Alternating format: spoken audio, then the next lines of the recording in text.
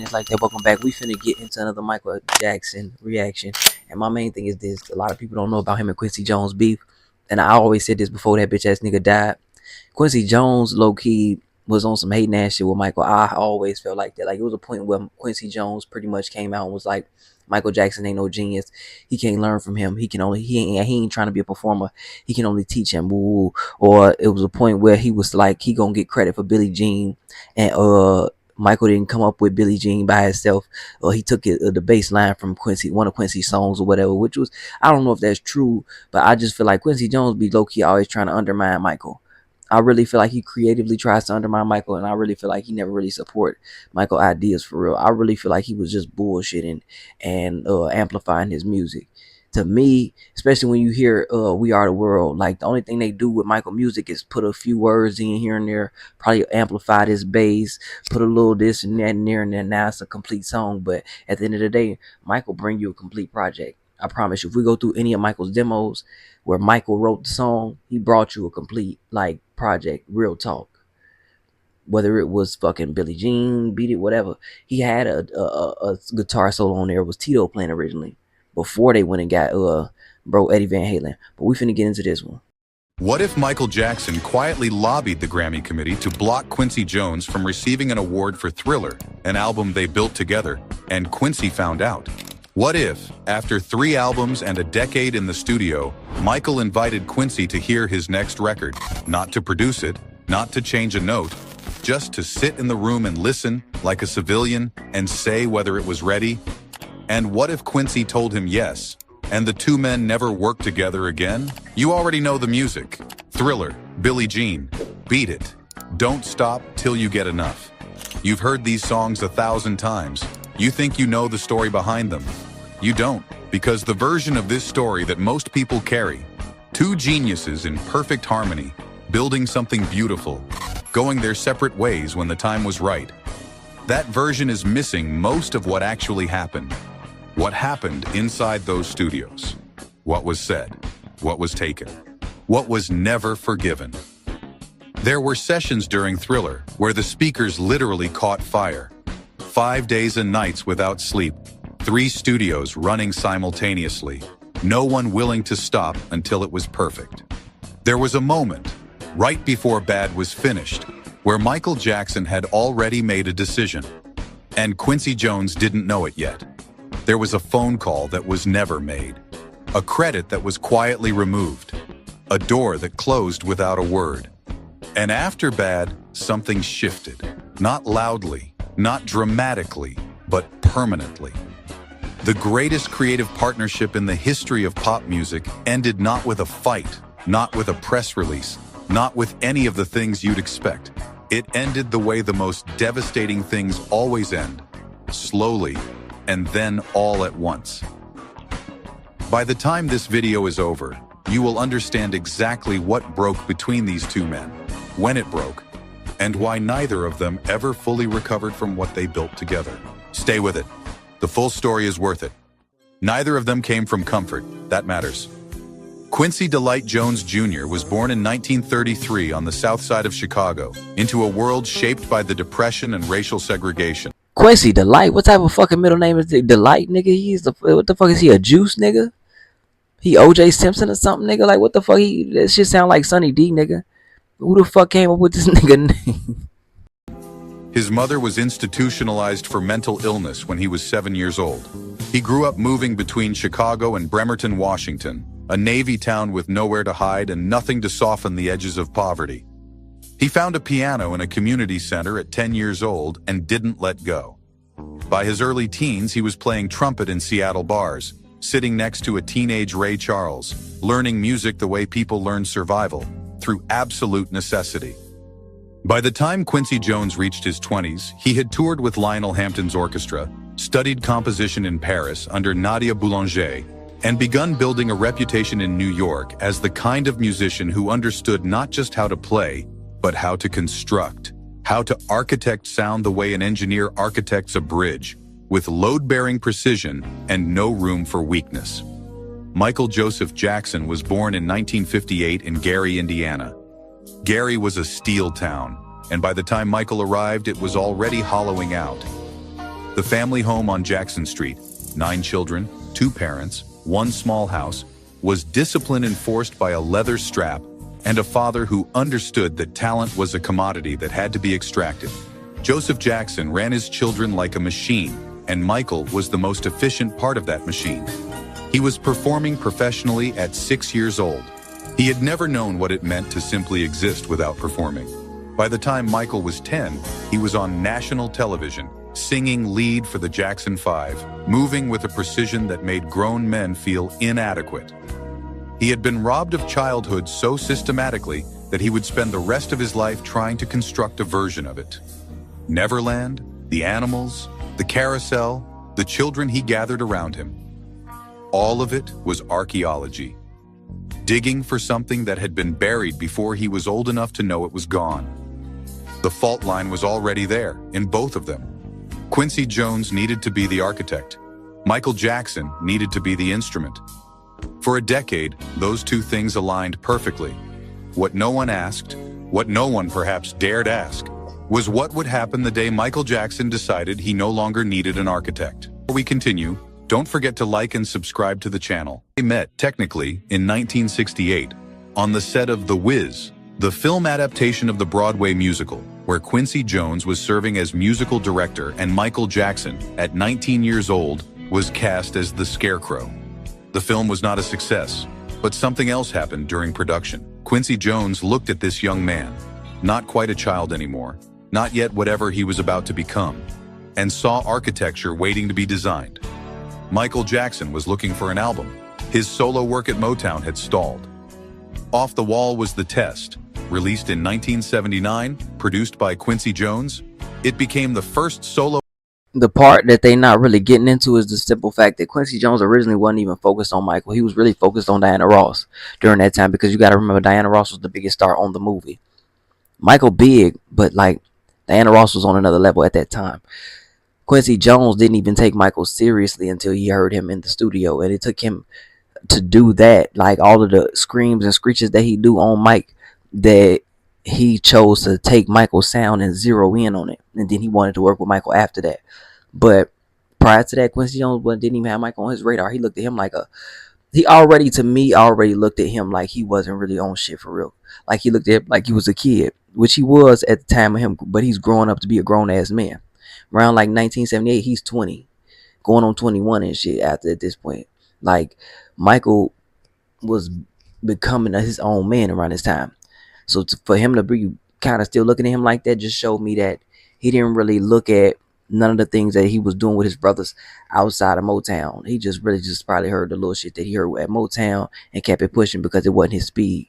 Album by a black artist to produce 4 top 10 singles on the Billboard Hot 100. It sold 7 million copies. It announced, without ambiguity, that Michael Jackson was something the industry had not encountered before. But the Grammys gave it one award. And Michael Jackson went home from the ceremony and decided that he was never going to be overlooked again. That decision, that particular species of compulsion, is where the trap began to build itself. Thriller was released in November 1982. What Quincy Jones brought to it was the thing he had spent 30 years learning: how to make complexity invisible. How to make a record that used jazz harmonic structures, cinematic orchestration, funk rhythm architecture, and pop melodic instinct, and have it sound effortless. The arrangements on Thriller are, to anyone who has studied them, staggering in their construction. The control was total. The machine was immaculate. And Michael Jackson, for the duration of Thriller, let the machine run. Then came Bad. The Bad Sessions, which began in 1986, were the first moment the fault line became visible to those inside the studio. Michael had spent 4 years inside the success of Thriller, and what that success had taught him was a lesson that success always teaches: that his instincts were correct, that he knew, that the decisions he made were the right decisions. Quincy Jones had built the framework, but Michael Jackson had begun to believe, not entirely without justification, that the framework had been built for him, and that perhaps he no longer needed the builder. There were creative disagreements. There were sessions that stretched past any reasonable limit. Michael Jackson, according to those present, became increasingly resistant to Quincy's editorial control, the very thing that had made Thriller what it was. Quincy Jones, for his part, did not soften his positions. He was not a man who had learned how to be deferential. He had come too far, from too little, to begin performing humility he did not feel. The album that did not save them was Dangerous. By 1991, Michael Jackson had made a decision. He would not return to Quincy Jones. He would produce Dangerous himself, with Teddy Riley, the pioneer of New Jack Swing, as his primary collaborator. The official framing was creative evolution. They skipping a lot of shit. Okay, well, as far as like with the Bad situation, Michael wanted to have LL Cool J on Bad. Michael wanted to get rap involved on Bad, but Quincy Jones wasn't with that shit. He felt like not bad. He felt like rap was a fad. He felt like it was gonna be played out at the WoW. In the '80s, at the time, a lot of people felt like that. They didn't feel like rap was gonna be around for so long. That's why later on down the line, he got rappers on Dangerous. He went and got Heavy D. He still made music with LL Cool J. He went to LL Cool J's grandmother's house and took pictures with LL Cool J. Like, that's how much of a fan he was of hip hop. He spoken to Curtis Blow at clubs and stuff like that. Like, Michael was outside. People don't really know that. That's one thing I want to point out. Another thing is Michael met a lot of people through LaToya, and he met Curtis Blow through LaToya. So just being in that club environment, like Michael was wanting to do and just make things that people would dance to. That's how he came up with the whole situation for Off the Wall, because he was going to club Studio 54. I'm talking about the club Studio 54. When he was going to Studio 54 and he was seeing how people was acting and dressing and dancing and stuff like that, and seeing how they was reacting to the music, he said a lot of times he would just sit there and just watch people. Sometimes he wouldn't even just be there dancing. He'd just watch them from the DJ booth, see how they would react to things. And that's what pretty much built him to create certain songs and mentally just put himself in the space to say, this is how I want people to react when I see them, or when they hear my music. When it comes to Quincy Jones, I feel like Quincy Jones was not evolving at this point in time. Quincy Jones was stuck in his ways, as far as, because he's so used to being a jazz musician, which is cool. But at the end of the day, music is ever evolving. It's always going to be moving into the next space, into the next area, into the next fucking trend. And Michael was trying to set those trends around that time. So when Teddy Riley comes and he does all these things, Teddy Riley first started working with the Jacksons on 2300 Jackson Street. That's how they started connecting, because originally Michael didn't really necessarily have him picked up. So when Michael started working with people, a lot of times it would be because of his family. You know what I'm saying? The ties that he got with his family be out kicking with so-and-so. Or that's how he got into working with Babyface, because of Jermaine. Or the fact that he tried to work with Jimmy Jam and Terry Lewis because of Janet and all the success she was having. And then he even tried to work with what's my man, Chucky Booker, because of the fact that he arranged things for Janet as far as live shows. When you start to get to a certain level like Michael, and you start thinking creatively about doing different things and actually just evolving and trying to make a bigger project than your last one, of course you're going to try to go to people who are actually moving into a new direction. And you're not finna keep trying to fight with this nigga about what you want and what you don't want on your shit, because Michael was damn near 30 at this point when he made Bad. You gotta really think about the fact that he's becoming his own man, and he wants to create things in his own direction. He wants that credit for real, because he felt like he got snubbed for what it was as far as Thriller. He felt like he put a lot of effort into Thriller, and he didn't get as much reception that he wanted personally, as far as praise and awards and stuff like that. He didn't really want to share too much with Quincy Jones, and that's a fact. But personally, if you ask me, hey, they both put their thing down on the album, as far as like the mixing and the instrumentation and everything that came with it, the structuring of everything. But they don't give enough credit to Rod Temperton, to me. But I get and understand where Michael's coming from. He felt like a lot of people was just taking shit from him and just taking credit from all of his things and making it seem like he wasn't really doing shit, like We Are the World or The Girl Is Mine and things like that. If you go listen to The Girl Is Mine, Michael was singing the whole fucking song. They didn't even have Paul McCartney on the song.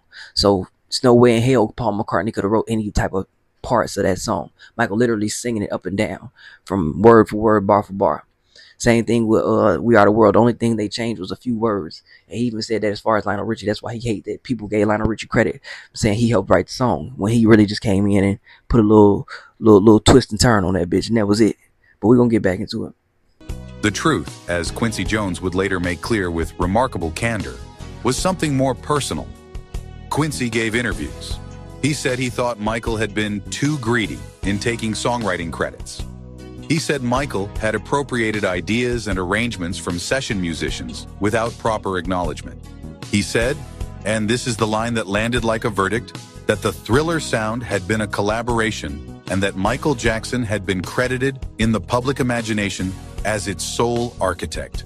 Whether this was true, partially true, or the grievance of a man watching his greatest work walk away from him, that is a question the record industry has never cleanly resolved. What is undeniable is the accident at the center of their dynamic. Quincy Jones had taught Michael Jackson over the course of 3 albums how to hear, how to identify what a record needed, how to recognize the precise moment when a piece of music became extraordinary. He had, with extraordinary skill and generosity, handed Michael Jackson the tools of his own autonomy, and Michael Jackson had used them to leave.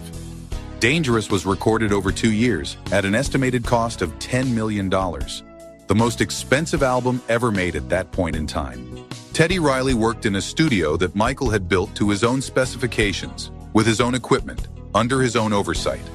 The album contained Black or White, Remember the Time, Heal the World. It debuted at #1 in 17 countries. The irony was not subtle. Quincy Jones had spent a decade building a musician capable of operating without him. He had succeeded completely. Alright, we're gonna stop right there. What I'm gonna say is this: that is very true. Because when Michael evolved and became who he was, at that point he knew exactly what he wanted to go for. The only time where I say Michael dropped the ball is when we get to Invincible and Michael ain't trying to fuck with Pharrell and him, because that whole Justin Timberlake first out, that Justified album was supposed to go to Michael. Damn near every song that them niggas made was supposed to be Michael's. Even if you listen to the lyrics on certain songs where he talking about being a young man and all this other stuff, like Justin Timberlake was like probably 19, 20 at the time. But the main thing that I want to point out is this, though. Like, you can't really say Michael Jackson didn't create the album sound, and you can't really say he didn't create, like, the framework for the album.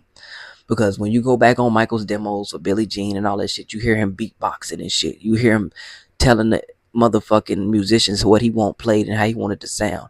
They might put their extra nuances on there, but he's pretty much giving them the basis of what he wants for the song. When they playing it in the studio, you really watch Michael when he in the studio, he progresses a song. He don't just take a song and then we just gonna shoot this shit up and it's gonna be that. Nah, he progresses a song. We're gonna change the tempo on this. We're gonna change the tempo on that. I'm gonna get a little loud right here. I'm gonna get a little low right here. I'm gonna stack these vocals. I'm gonna do this, that, and third. Michael is really moving like a producer. So when people don't give him credit, I hate that too, because at the end of the day, I feel like he learned from everybody. Not even just Quincy, but he learned from motherfuckers Stevie Wonder, motherfuckers at Motown, Gamble and Huff, all types of people, because he was in the industry for so long. And when he got to Dangerous, I felt like he was just like, it's my time now. Fuck what everybody talking about. I'm gonna show these motherfuckers like Kobe and Shaq. I don't need this nigga. And it ain't even on no like ill will, more so than it is like, nigga, you making it seem like I can't do this without you. You making it seem like you the brains, when I'm really the one who running the whole operation for real. I gotta sing this shit. I gotta perform this shit. I came up with the music video ideas, all type of shit. Like, wasn't nobody thinking to do that. Michael thought to do that. You go watch them music videos back then, bro. Wasn't nobody doing nothing but corny, cheesy little shit. Michael was the first person to actually build a storyline into his music videos. Michael was the first person to really get into shooting music videos. Because when you look at Off the Wall as an album, that was around the time people just started really making music videos. And Michael was the first person to really make that a thing. So he ended up dropping 3 fucking music videos for one album, which had pretty much, to me in my eyes, I don't know no other album around that time that had did that. Then you get to Thriller, and he put out 3-4 music videos for the, no, he put out 3 music videos for Thriller. But then he put out 4 for Bad. But that's the thing. At that point, he progressed more into doing music videos. He progressed more into creating his style, his sound, and his look all around. People got to understand that's a lot for an artist, but people don't want to give that man no credit for his genius, for real. People just make it seem like Michael was just out here just singing songs and shit. Like, nah. He had a prowess about himself whenever he got in that booth. And the same thing for Quincy Jones. I ain't taking no credit from Quincy Jones either. But I don't really want to say Quincy Jones just did the shit by himself. I really want to say it was a 50-50 effort. And it was a lot of disagreement behind, from what I also know. They had disagreements on things that they wanted as far as the album and how they wanted things to sound and be. But Michael was trusting him when they was first coming together, because Michael was still kind of green with certain things. He was trying to find and gain an understanding of what he wanted his album to be, as far as what he wanted his music and shit to sound like. once he got there, that's what he ended up evolving off of. So y'all let me know what y'all think. Honestly, Michael my nigga, so I know damn near everything about these niggas. Except for like I said, they don't really get too deep into their beef. They be like people talk and they throw stones and stuff, but they don't tell enough detail as far as I say. But I'm out, y'all let me know what y'all think. These niggas bound to attack. Gotta know your purpose. End up on this when you get used. I was birthed from the beast of the